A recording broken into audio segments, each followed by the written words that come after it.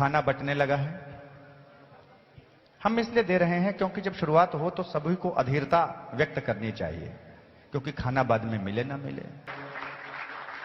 ऐसे माहौल में कवि सम्मेलन चलाना बड़ा कठिन काम होता है, और वैसे भी अब घर का हूं तो मुझे ये कवि सम्मेलन चलाने की जिम्मेदारी है।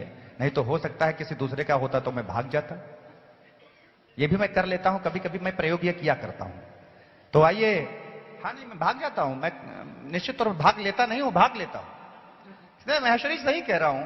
वो आप सबने तो कहा था दरवाजा बंद करने के लिए, क्योंकि मुझे पता है कि वो ऐसी स्थितियों में लोग उधर ही भागते हैं। तो आइए, थोड़ी देर के लिए यह माहौल, यह हॉल थोड़ी देर में ही खाली हो जाए, इससे पहले उस रिस्क को दूर कर लिया जाए। एक निवेदन करता हूं आप सबसे, अगर जिस व्यक्ति को भी भोजन के लिए अभी निकलना है तो थोड़ा सा जल्दी कर लीजिएगा। और अगर ये जल्दी थोड़ी सी भी देरी में तब्दील हो गई तो कहीं ना कहीं हमारे अभिनंदनीय कवि के व्यक्तित्व को खंडित करेगी। आइए अपने बीच में आमंत्रित करें ओज और शौर्य के उस नाम को, जो उन्नाव की धरती से आता है, अपनी माटी के गुण गाता है, और आज के इस कार्यक्रम में उम्र के पड़ाव पर सबसे कम, सबसे निचले चरण पर खड़ा हुआ है, लेकिन उसकी आवाज का वो जादू आप सब तक पहुंचेगा। जरा सा इधर के लोगों से भी मेरा अनुरोध है कि जोरदार तालियां बजा करके अपने बीच में आवाज दें भाई विश्वनाथ तिवारी को। वो आए और अपनी कविताओं से लोगों के दिलों पर दस्तखत करे। बहुत बहुत धन्यवाद राहुल दादा। मैं बताया गया कि वैसे भी कि मैं प्राइमरी का अध्यापक हूं, प्राथमिक विद्यालय में सहायक अध्यापक के पद पर उन्नाव जनपद में कार्यरत हूं। और जब हम लोगों की कोई नहीं सुन रहा है और आप हम लोगों को इतनी देर सुन रहे हैं, इसके लिए आप बधाई के पात्र हैं। एक बार आप तालियां अपने सम्मान में बजा लीजिए। मैं आज घर से निकला और मुझसे निकलते ही मेरी पत्नी ने पूछा कहां जा रहे हो, तो मैंने कहा बरेली जा रहा हूं। तो उसने कहा तो ऐसा करो मुझे भी साथ मिले, चलो तुमको भर्ती करा दूंगी।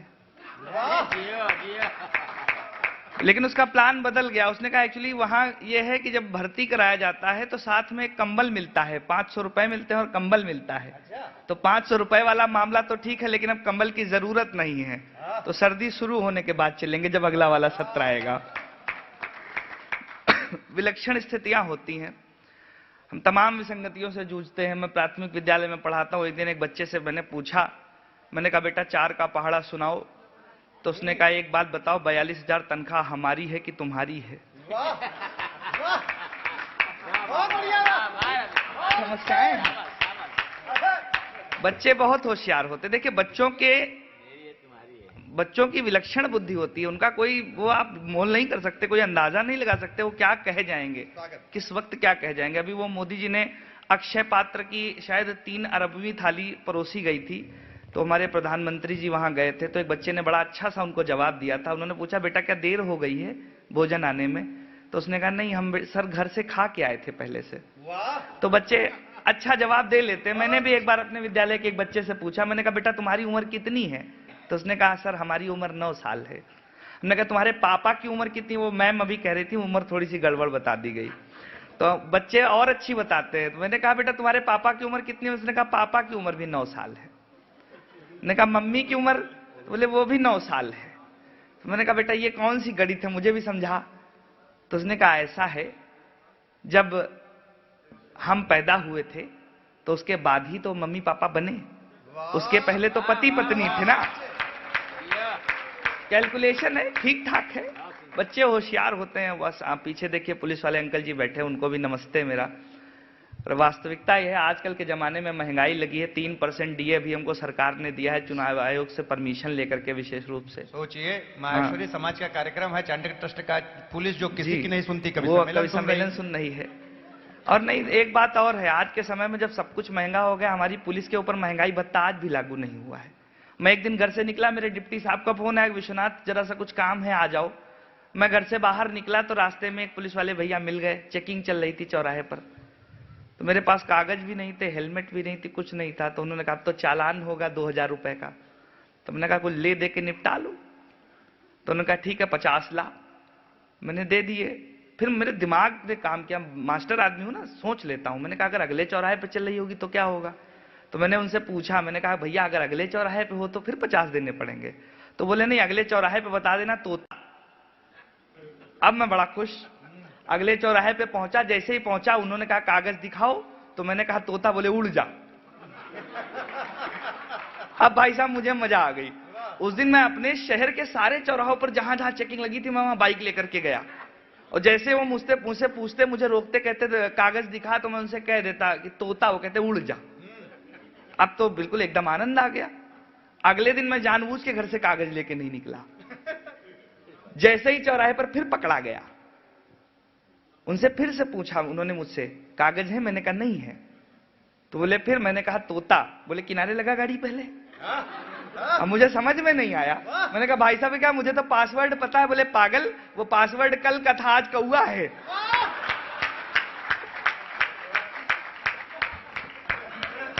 स्थितियां ठीक है अभी पुलिस की, लेकिन हम चाहे कितने चुटकुले लिख लें, कितने भी चुटकुले सुना दें आपको, लेकिन इसी पुलिस की वर्दी में जब कोई तुकाराम आमले जैसा एक बेटा 17 गोलियां 18 गोलियां खा करके एक आतंकवादी को जिंदा पकड़ता है, तो साहब सैल्यूट करने का मन होता है। एक बार आपकी तालियां इनके सम्मान में उठे।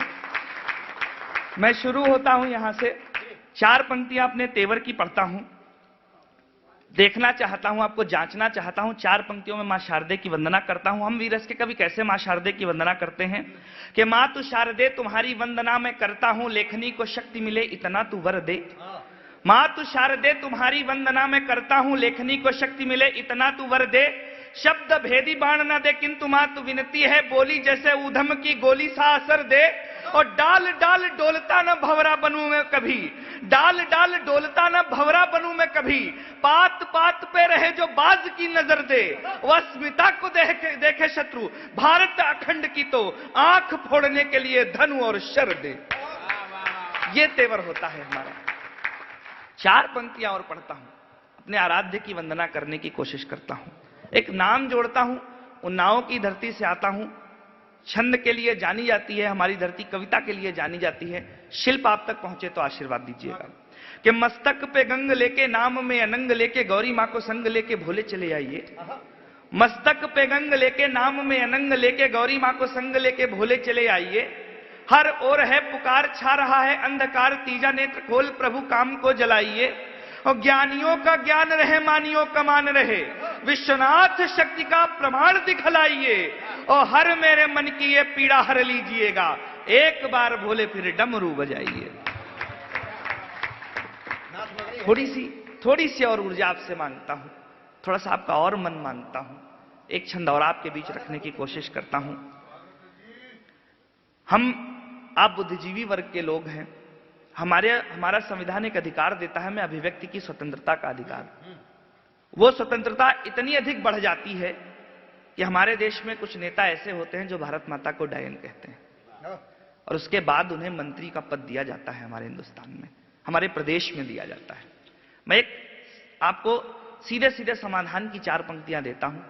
संविधान में संशोधन की वकालत करता हूं, वकालत आप तक पहुंचे तो मेरा समर्थन करिएगा कि अभिव्यक्ति की स्वतंत्रता है मानता हूं, किंतु कितनी है कोई प्रतिबंध होना चाहिए।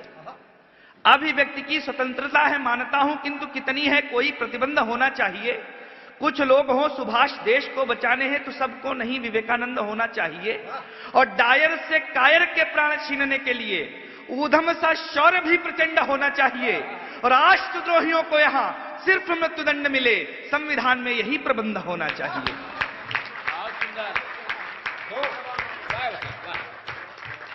और मैं बिना नाम लिए एक और नेता की बात करता हूं। हमारे दक्षिण भारत में एक नेताजी, उन्होंने कहा हम भारत माता की जय नहीं बोलेंगे।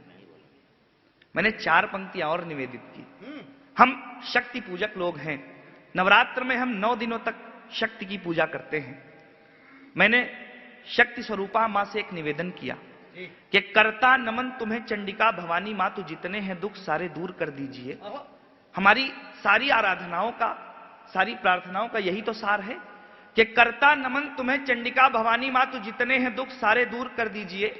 फतवे निकालते हैं देश के विरोध में, जो घुटनों को टेके मजबूर कर दीजिए। और वंदे मातरम वाला परिवेश देश में हो, ऐसा जय घोष भरपूर कर दीजिए। और जो भी वंदे मातरम कहना ना चाहते हो, उनके सरों को चूर चूर कर दीजिए। और 4 पंक्तियां पढ़ता हूं, मेरी सबसे कुख्यात पंक्तियां आपके हवाले करता हूं। मैं उस धरती से आता हूं जो चंद्रशेखर आजाद की धरती कही जाती है। मुझे भगत सिंह याद आते हैं, जिन्होंने कभी कहा था कि बहरों को सुनाने के लिए बम के धमाकों की जरूरतें हुआ करती हैं। मैं किसान का बेटा हूं, एक गांव में रहता हूं। हमारे यहां गर्मी के मौसम में जब धूल बहुत उड़ती है तो हम पानी डाल देते हैं कि धूल हमारे सर पर आकर के न बैठे। वहां से छंद आपके मध्य रखता हूं कि चरणों की धूल यदि मस्तक पे बैठ जाए, जल डालकर वहीं रोक देना चाहिए। चरणों की धूल यदि मस्तक पे बैठ जाए, जल डालकर वहीं रोक देना चाहिए। रथ रूण रावण हरण करे, सीता मां का बन के जटायु उसे टोंक देना चाहिए। और यदि सरकारें बहरी हुई तमाशा देखें, यदि सरकारें बहरी हुई तमाशा देखें, संसद में एक बम झोंक देना चाहिए। संसद में एक बम झोंक देना चाहिए और भारत में रह के जो पाक के हिमायती हों, ऐसे दुष्ट दानवों को ठोक देना चाहिए। और एक कविता आपके मध्य रखता हूं, अपनी पहचान की कविता आपके मध्य पढ़ने की कोशिश करता हूं, बिना किसी भूमिका के कविता सुनिएगा। यशगाथा सूरज लिखता है, दिनकर के वीर सपूतों की अगवानी करता है त्रिलोक, अपनी माटी के पूतों की रणभेरी बसती है जब जब, कोलाहल बढ़ता जाता है गांडीव पार्थ का तब रण में, कर अट्टहास मुस्काता है, मुख खोल काल भी आकर के अपनी करनी को बोल गया, नयनों से कटे शीश देखे तो कायर का मन डोल गया, जय वीर भूमि जय वसुंधरा हुंकार सुनाई देती है, सन सनन सनन शर चलते हैं टंकार सुनाई देती है।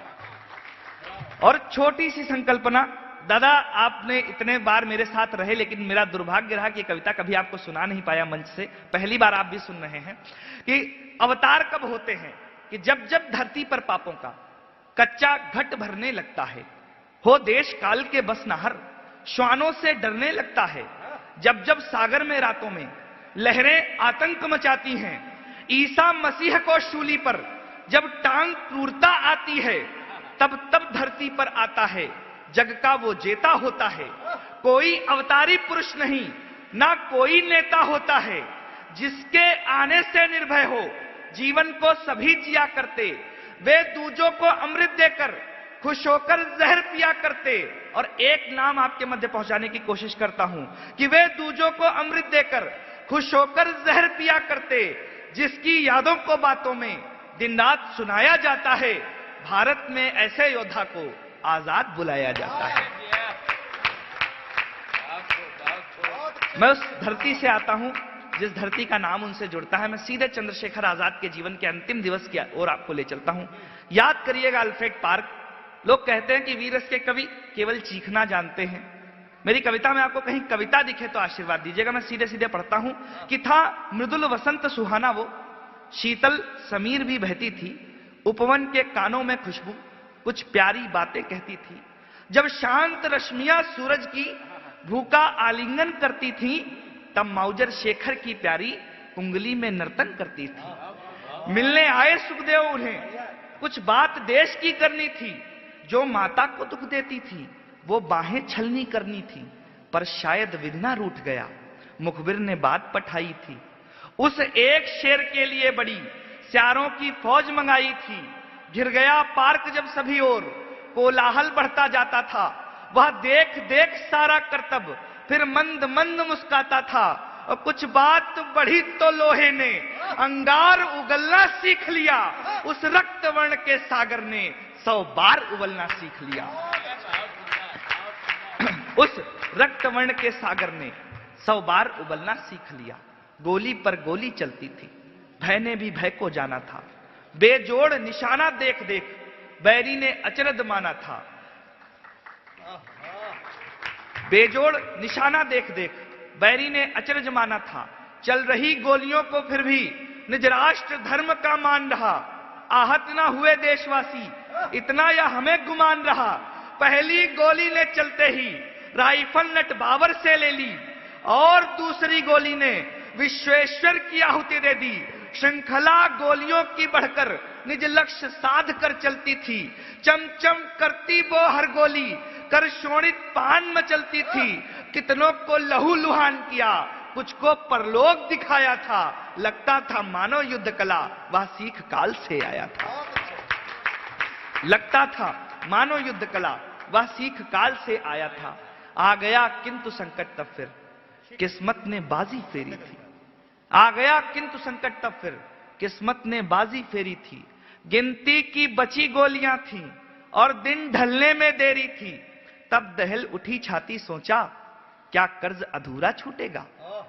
तब दहल उठी छाती सोचा क्या कर्ज अधूरा छूटेगा। जो वादा मेरा मां से था वो श्वासों के संग टूटेगा। धरती माता तुम माफ करो, तन छोड़ मुझे अब जाना है। तुम पर से कर्ज हटाने को अपना सर्वस्व लुटाना है। और रंग केसरिया जो झंडे का थोड़ा गाढ़ा कर जाऊंगा। इसकी छवि आंखों में लेकर मैं आज अभी मर जाऊंगा। रंग केसरिया जो झंडे का थोड़ा गाढ़ा कर जाऊंगा। इसकी छवि आंखों में लेकर मैं आज अभी मर जाऊंगा। मत पूछो कि मेरी मैया ना जाने कब तक रोएगी। बस कुछ बूंदे मेरे खून की उसके चरणों को धोएंगी। बूढ़े बाबा की लाठी भी हाँ आज टूटती जाती है। वो चिता जलाएंगे मेरी यह सोच आंख भर आती है। वो पिस्टल उसी हाथ में थी जिसमें बहना की राखी थी। अब सारा संबल छूटा था, बस अंतिम गोली बाकी थी। अब सारा संबल छूटा था, बस अंतिम गोली बाकी थी। था किया कलेजा पत्थर फिर बोला मैं वापस आऊंगा। इस धरती पर जीवन पाकर माता का कर्ज चुकाऊंगा। फिर जोरदार आवाज हुई, गोली माथे को चीर गई।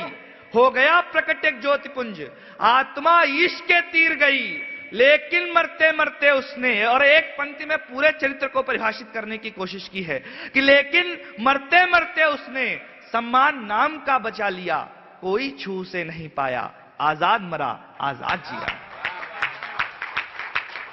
और कविता की अंतिम पंक्तियां आपके मध्य पढ़ता हूं कि कर रहा नमन है विश्वनाथ, कर रहा नमन है विश्वनाथ, आजाद तुम्हारी माटी को। जो लिखे रक्त से गाथाएं उस वीरों की परिपाटी को। तुम अमर रहो, तुम अमर रहो, यश कीर्ति हमेशा गाऊंगा। तेरे चरणों को छू करके मैं धन्य सदा हो जाऊंगा। जय हिंद, जय भारत।